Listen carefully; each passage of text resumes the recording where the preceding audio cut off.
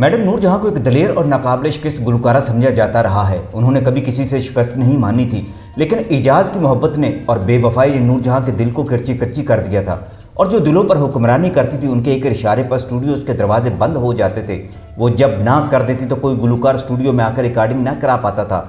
किसी मौसीकार से रूठ जाती तो कोई उससे गाना नहीं गवा सकता था। लेकिन जब फिरदौस बेगम ने उनके महबूब शोहर के दिल पर अपना जादू फूंक दिया तो 10-11 साल तक एजाज की परस्तश करने वाली मैडम नूरजहां के दिल पर छुरियां चल गई। उनकी सल्तनत का ताजमहल किरची किरची हो गया। मैडम ने अपनी मोहब्बत फिरदौस से बचाने के लिए क्या कुछ नहीं किया था, वो मैं आगे चलकर बताता हूँ। लेकिन एक बात पहले सुन लीजिए कि मैडम ने फिरदौस और एजाज को दूर करने के लिए फिल्म हीर रांझा के गाने गाने से इनकार कर दिया था। ये वो दौर था जब हर पंजाबी फिल्म की कामयाबी की जमानत खास तौर पर मैडम की आवाज़ थी और सिर्फ मैडम के गानों की वजह से फिल्म एडवांस में बिक जाया करती थी। हीर रांझा के लाजवाल गाने लिखने वाले अहमद राही साहब से मेरी 90 की दहाई में मुलाकातें होती रहती थी। मैंने उनके इंटरव्यूज़ भी किए थे। उस जमाने में वो बताया करते थे कि मैडम नूरजहां ने अपना वकार और मोहब्बत बचाने के लिए बहुत कुछ किया था। मैंने हीर रांझा के गानों में वंजली वालिया खास तौर पर यह लफ्ज़ शामिल किया था, क्योंकि मैं जानता था मैडम एजाज से इश्क करती हैं और उन्हें प्यार से रांझा कहती हैं।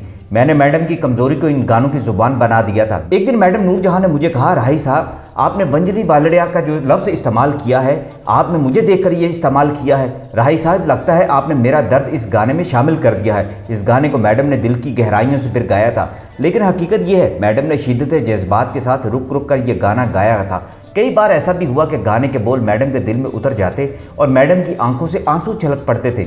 मैडम शिद्दत जज्बात से गाना छोड़ देती और कुछ देर के लिए रुक जाती और वॉशरूम में चली जाती। मैडम को अपने लिबास और मेकअप का बहुत ख्याल होता था। वो फ्रेश होकर आती और फिर गाना शुरू कर देती। एक दिन जब मैडम इस गाने की रिकॉर्डिंग करा रही थी तो उनकी ये हालत काबिल रहम हो गई।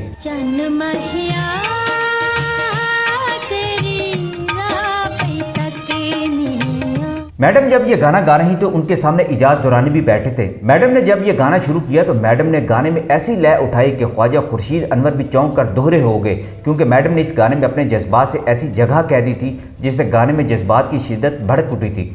मैडम जब तक ये गाना रिकॉर्ड कराती रहीं वो मुसलसल एजाज दुरानी को देखती रहीं।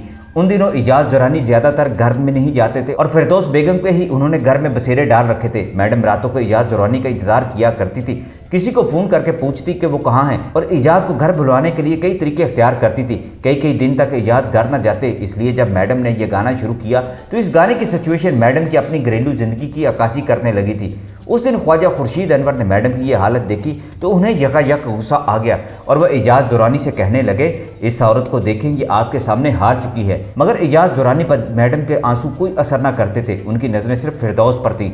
अहमद राही बताया करते थे कि मैंने गाने मैडम के जज्बात को सामने रख कर लिखे थे, इसलिए जब सुना कि इन गानों को अब माला बेगम गाएंगी तो मैंने ख्वाजा खुर्शीद अनवर से कहा था, क्या माला बेगम की आवाज़ और जज्बात इन गानों में रूह पैदा कर सकेंगे? ख्वाजा खुर्शीद कहने लगे कि मजबूरी है, माला गाने तो गा लेंगी मगर इन गानों में हीर की रूह पैदा नहीं हो पाएगी। इसकी एक वजह यह भी थी कि उस दौर में फिरदौस बेगम पर सबसे बेहतरीन आवाज़ मैडम नूरजहां की ही जचती थी। मलंगी मिर्जा जट में मैडम नूरजहां के गानों ने ही फिरदौस को पंजाब की जट्टी बना दिया था और उसके रूप में दिलकशी पैदा करती थी। मैडम नूरजहां ने अपने जज्बात और आवाज़ से फिल्म हीर रांझा में फिरदौस को हकीकी हीर का रूप दे दिया था। इस फिल्म की असल कामयाबी के पीछे भी मैडम नूरजहां थी, मगर एक हारी हुई औरत की सूरत में।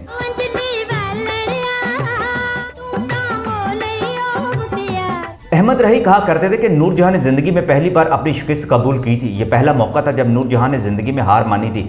नूरजहां ने दरअसल एजाज दुरानी के सामने हथियार डाल दिए थे, लेकिन बिलवास्ता तौर पर यह फिरदौस बेगम की जीत थी। वो लम्हा फिरदौस की ज़िंदगी में भी एक सुनहरी और नाकाबिल फरामोश लम्हा था। उसकी वजह से अनहोनी होनी हो गई थी। फतह का सेहरा दरअसल फिरदौस ही के सर पर था। ये वो फतह थी जिसने फिरदौस को कामयाबी के नशे में मदहोश कर दिया और वह इंतहाई बुलंदियों पर पहुंच चुकी थी। रंगीन फ़ज़ाओं में परवाज करती रहती थी। उसका मद्दे मुकाबल कोई नहीं था। ये उसकी ज़िंदगी का हसीन तरीन और अरफा तरीन दौर था। अहमद राही की बकौल ये नूरजहां की ज़िंदगी का पहला और आखिरी मौका था जब नूरजहां ने अपने गैज़ो गज़ब पर काबू पाया था और ख़ुद को पुरसकून रखने की कोशिश की थी। नूरजहां का ख्याल था अपने इस अमल से वो एजाज का दिल मोह लेंगी और वो उसकी वफा और खलूस का इतराफ़ करके दोबारा उसकी तरफ लौट आएगा। मगर ये मलका तरन्नुम नूरजहां का ख्याल था। एजाज के दिलो दिमाग पर फिरदौस छाई हुई थी और वो दुनिया की हर चीज़ को फरामोश कर बैठा था। घर बार बीवी बच्चे उसने सब कुछ दाव पर लगा दिया था और एक दीवाने की मानंद अपनी नई मोहब्बत के नशे में डूब गया था। ज्यों ज्यों हीर रांझा तकमील की जानब बढ़ती जा रही थी, फिरदौस और एजाज के इश्क की दास्तानें भी आम होती गई। फिर एक वक्त ऐसा भी आया जब वो एक दूसरे की रफाकत में गुजारते थे। उन्हें ना जमाने का डर था, ना समाज और खानदान का ना खौफ था। वो दुनिया से बेखबर एक दूसरे में खोए रहते थे। एक बार फिर फिल्मी सनत में फिरदौस के बारे में अफवाहें गूंजने लगी। लोग कहते थे कि फिरदौस ने एजाज से शादी कर दी है, मगर कानूनी और माली मजबूरियों के पेश नज़र इस शादी को पोशीदा रखा गया। इस दौरान मैडम नूरजहां ने अपने दिल पर सब्र का पत्थर रख लिया। उन्होंने एजाज को समझाया बुझाया, उन्हें खुश करने के लिए हर तरह का समझौता करने पर भी आमादगी जाहिर कर दी। जायदाद में से भी हिस्सा दे दिया और बेटियों के नाम की जाने वाली जायदाद की निगरानी भी एजाज को सौंप दी। मगर एजाज के दिल पर कोई असर ना हुआ। उसे अपने दिल पर इख्तियार ही ना था, न दिमाग पर काबू था। वहां तो सिर्फ फिरदौस का राज था। मैडम ने जब ये हालात देखे तो वो दिल बर्दाश्त होती। कोई और मर्द होता तो कोई नूरजहां उसको धत्कार देती, मगर मुश्किल ये पैदा हो गई थी कि वो सचमुच एजाज के इश्क में गिरफ्तार थी और उसकी बेअतनाइयाँ और कज अदाइयाँ बर्दाश्त नहीं कर सकती थी। वो उसका हाथ नाज उठाने को तैयार थी। अपना खोया हुआ मर्द दोबारा हासिल करने के लिए मैडम नूरजहां कभी किसी पीर के पास, किसी फकीर के पास और कोई तजर्बाकार सुरागरसा औरतों तक की खिदमत हासिल करने पर मजबूर हो गई थी कि वो एजाज को वापस घर ले आए। मैडम ने एजाज और फिरदौस के करीब तरीन लोगों के जरिए भी ये खोज लगाने की इंतहाई कोशिश की थी, आखिर वो कौन सा गुरु है जिसके जरिए फिरदौस ने एजाज को दुनिया की हर चीज़ से बगावत करने पर मजबूर कर दिया है। बाजी पलट चुकी थी। मैडम नूरजहां की दलीलें, नूरजहां का मर्तबा, नूरजहां का जाहो जलाल, नूरजहां का असर रसूख, नूरजहां की दौलत, नूरजहां की बेपनाह शोहरत, यहाँ तक कि नूरजहां की बच्चियाँ भी उनके रास्ते की रुकावट नहीं बन सकती थी। नूरजहां का कहना था कि वो अपनी बच्चियों की खातिर एजाज की रफाकत खोना नहीं चाहती थी। वो औलाद को बाप की शफकत और रफाकत से महरूम होने से बचाना चाहती थी, मगर नूरजहां की ये दलील लोगों को कायल नहीं कर सकी।